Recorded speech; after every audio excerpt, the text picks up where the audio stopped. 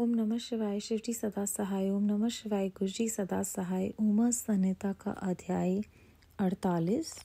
देवी के द्वारा सेना और सेनापतियों सहित निशुंभ एवं शुंभ का संहार। ऋषि कहते हैं, राजन, प्रशंसनीय पराक्रमशाली महान असुर शुंभ ने इन श्रेष्ठ दैत्यों का मारा जाना सुनकर अपने उन दुर्जय गणों को युद्ध के लिए जाने की आज्ञा दी, जो संग्राम का नाम सुनते ही हर्ष से खिल उठते थे। उसने कहा, आज मेरी आज्ञा से कालक, कालकेय, मौर्य, दुर्हृदय तथा अन्य असुरगण बड़ी भारी सेना के साथ संगठित हो विजय की आशा रखकर शीघ्र युद्ध के लिए प्रस्थान करें। निशुंभ और शुंभ दोनों भाई उन दैत्यों को पूर्वोक्त आदेश देकर रथ पर आरूढ़ हो स्वयं भी नगर से बाहर निकले। उन महाबली वीरों की आज्ञा से उनकी सेनाएं उसी तरह युद्ध के लिए आगे बढ़ी मानो मरणोन्मुख पतंग आग में कूदने के लिए उठ खड़े हों।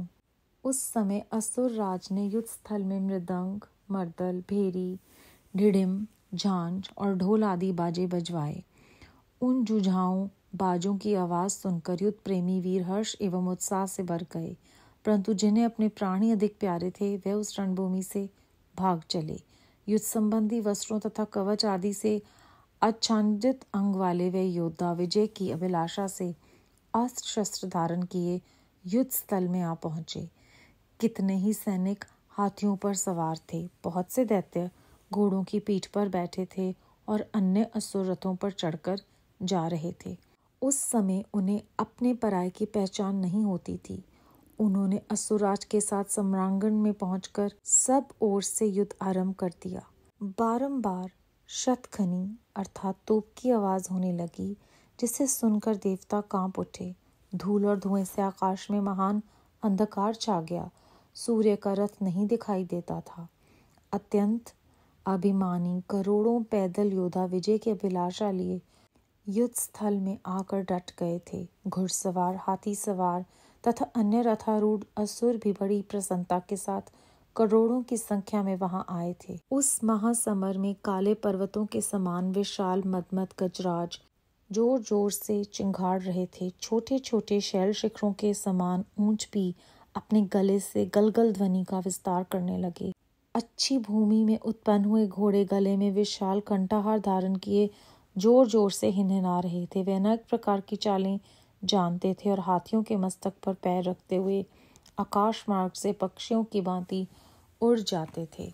शत्रुओं की ऐसी सेना को आक्रमण करती देख जगदम्बा ने अपने धनुष पर प्रत्यंचा चढ़ाई। साथ ही शत्रुओं को हतोत्साह करने वाले घंटे को भी बजाया।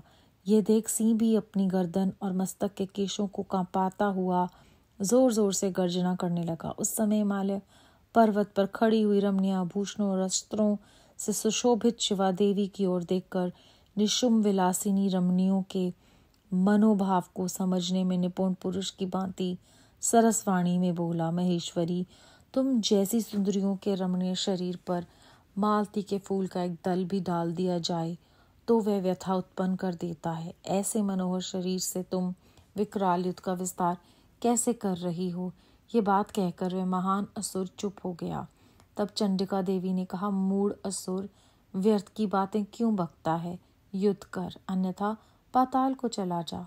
यह सुनकर वह महारथी वीर अत्यंत रुष्ट हो समर भूमि में बाणों की अद्भुत वृष्टि करने लगा, मानो बादल जल की धारा बरसा रहे हों। उस समय उस रण क्षेत्र में वर्षा ऋतु का आगमन हुआ सा जान पड़ता था।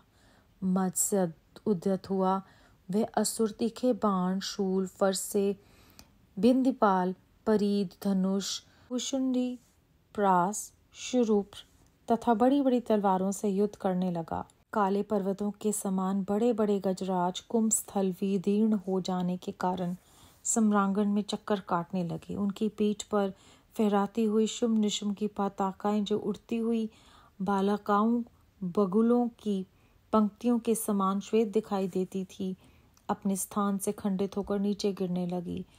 शत विकसित शरीर वाले दैत्य पृथ्वी पर गिरकर मछलियों के समान तड़प रहे थे। गर्दन कट जाने के कारण घोड़ों के समूह बड़े भयंकर दिखाई देते थे। कालिका ने कितने ही दैत्यों को मौत के घाट उतार दिया तथा देवी के वाहन सिंह ने अन्य बहुत से असुरों को अपना आहार बना लिया। उस समय दैत्यों के मारे जाने से उस रणभूमि में रक्त की धारा बहाने वाली कितनी ही नदियां बह चली। सैनिकों के केश पानी में सेवार की भांति दिखाई देते थे और उनकी चादरें सफेद फैन का भ्रम उत्पन्न करती थी।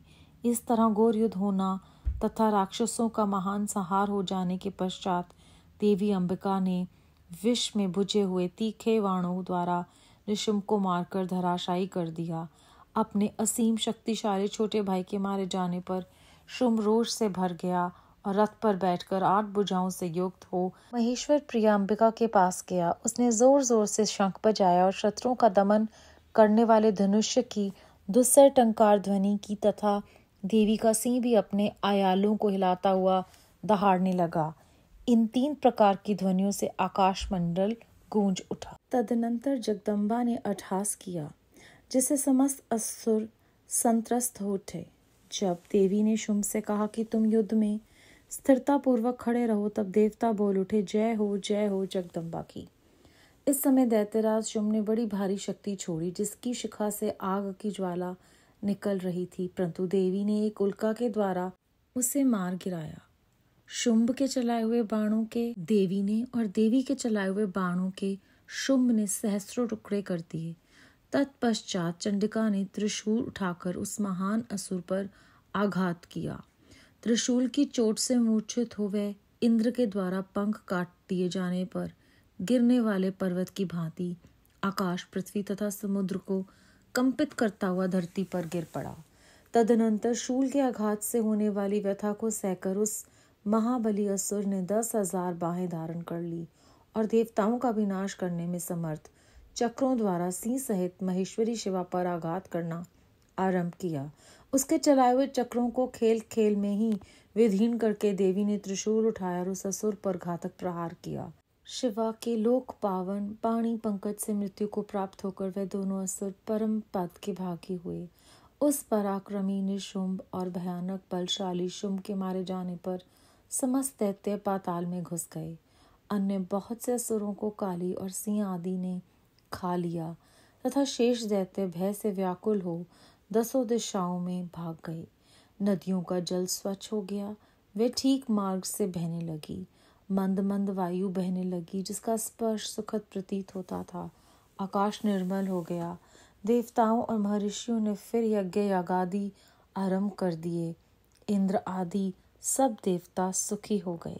प्रभु, दैत्यराज वध प्रसंग से युक्त इस परम पवित्र उमा चरित्र का जो श्रद्धा पूर्वक बारंबार श्रवण या पाठ करता है, वह इस लोक में देव दुर्लभ भोगों का उपभोग करके प्रलोक में महामाया के प्रसाद से उमाधाम को जाता है। राजन, इस प्रकार शुंभासुर का संहार करने वाली देवी सरस्वती के चरित्र का वर्णन किया जो साक्षात उमा के अंश से प्रकट हुई। अध्याय 48 समाप्त। इस अध्याय में हमने जाना कि महापराक्रमी निशुंभ और भयानक बलशाली शुंभ को किस प्रकार देवी ने मार दिया और जब ऐसा हुआ तो नदियों का जल फिर से स्वच्छ हो गया। ठीक मार्ग से वे बहने लगी, मंद मंद वायु बहने लगी और सब कुछ जो है वो सुखद प्रतीत होने लगा। आकाश निर्मल हो गया।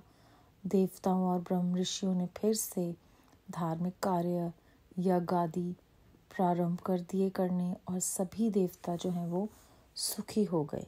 देवी के हाथों मृत्यु पाकर वो दोनों राक्षस जो हैं वो परम पद के भागी हुए। जो भी इस परम पवित्र उमा चरित्र को श्रद्धा पूर्वक बारंबार सुनता है या जिसका पाठ करता है, वो देवलोक में दुर्लभ भोगों का उपभोग करके प्रलोक में महामाया के प्रसाद से उमा धाम को चला जाता है।